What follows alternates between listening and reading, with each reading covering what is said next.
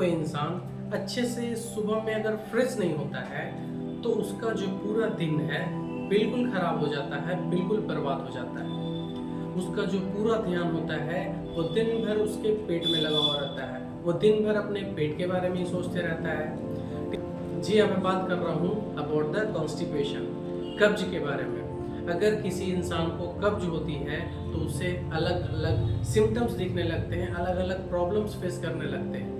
अगर इस कब्ज को, इस कॉन्स्टिपेशन को हम लोग the mother of all disease बोले तो इसमें कोई गलत नहीं है, क्योंकि यही कब्ज जो होता है आगे जाके एक क्रॉनिक समस्या बन जाती है, पेट की एक भयानक बीमारी बन जाती है।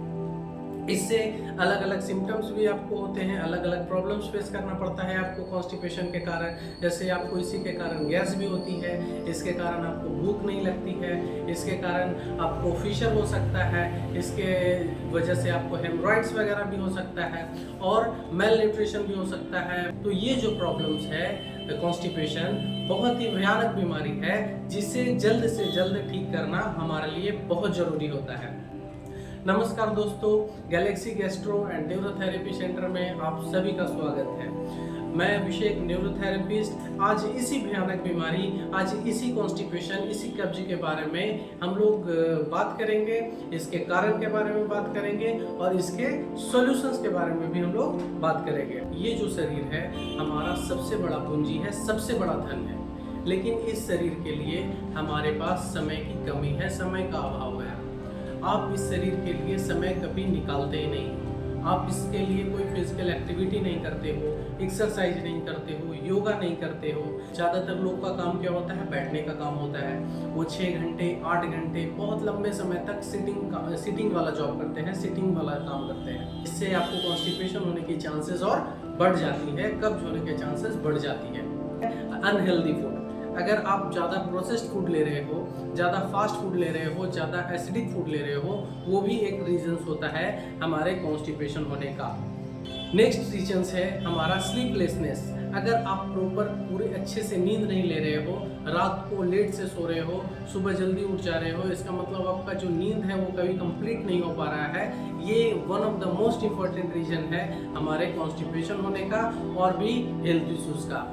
एक जो सबसे इम्पॉर्टेंट हमारा रीजंस है दैट इज मेडिकेशन। अगर आप कोई दवा ले रहे हो, जैसे कोई एंटासाइड टैबलेट्स ले रहे हो या फिर कोई दर्द की दवा, पेन किलर्स वगैरह ले रहे हो, गैस की दवा ले रहे हो, तो ये सबसे इम्पॉर्टेंट रीजंस है, सबसे इम्पॉर्टेंट कारण है आपके कॉन्स्टिपेशन होने का। कि जो दवाइयाँ होती है वो कॉन्स्टिपेशन कॉज करती है अलग अलग। लेकिन मैं ये नहीं बोलता कि अगर आप कोई दवाई खा रहे हो तो उसको अचानक रोक दो। हाँ, मैं ये सजेस्ट करना चाहता हूँ कि अगर कोई भी दवाई रोकने से पहले आप अपने डॉक्टर की सलाह जरूर। अगला जो रीजन है वो है हमारा स्ट्रेस।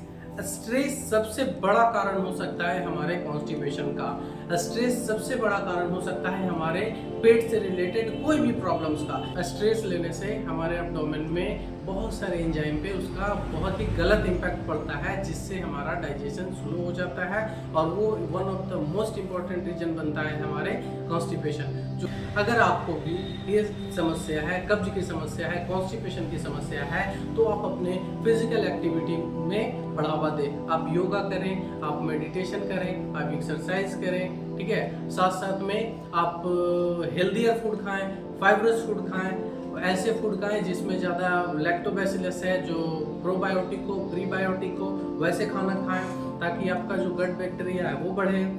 आपका जो पानी का जो अमाउंट है उसको बढ़ाने का कोशिश करें। अगर आप कम पानी पियोगे तो उससे डिहाइड्रेशन होगा और जिससे आपका जो स्टूल होगा वो बहुत ही हार्ड आएगा, जिससे आपको कॉन्स्टिपेशन की समस्या बढ़ सकती है। तो आप पानी की क्वांटिटी को, आप स्ट्रेस लेना कम करें। स्ट्रेस कम करने के लिए आप मेडिटेशन का सहारा ले सकते हो।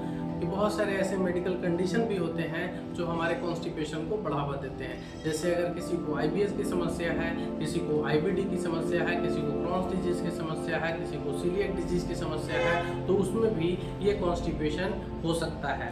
तो हमें इस कॉन्स्टिपेशन को खत्म करने की ज़रूरत है, इसको अवॉइड करने की ज़रूरत नहीं है। अगर आप इसे अवॉइड करते हो तो आगे जाके ये बहुत ही बड़ा गंभीर रूप ले सकता है और आपको बहुत बड़ी समस्या में धकेल सकता है। अगर आपको भी कब्ज की समस्या है, आपको IBS की समस्या है, आपको IBD की समस्या है, कॉन्स डिजीज है, आपको किसी भी तरह के पेट से रिलेटेड इशू है, तो आप नीचे दिए गए नंबर पे आप कॉल करके हमसे आप इंक्वायरी कर सकते हो। इससे रिगार्डिंग मैं आपको ट्रीटमेंट बताऊंगा, या फिर आप हमारे सेंटर पे आइए। हमारा सेंटर बिहार में है, ठीक है। हम इसके लिए बिल्कुल अलग अलग तरह के थेरेपी यूज़ करके इससे रिलेटेड जो भी प्रॉब्लम्स होती है मैं उसका सॉल्यूशन करता हूँ। और आप श्योर हो जाओ कि आप अगर हमारे पास आओ, मैं आपको यहाँ से ठीक करके ही भेजूँगा, ठीक है। धन्यवाद।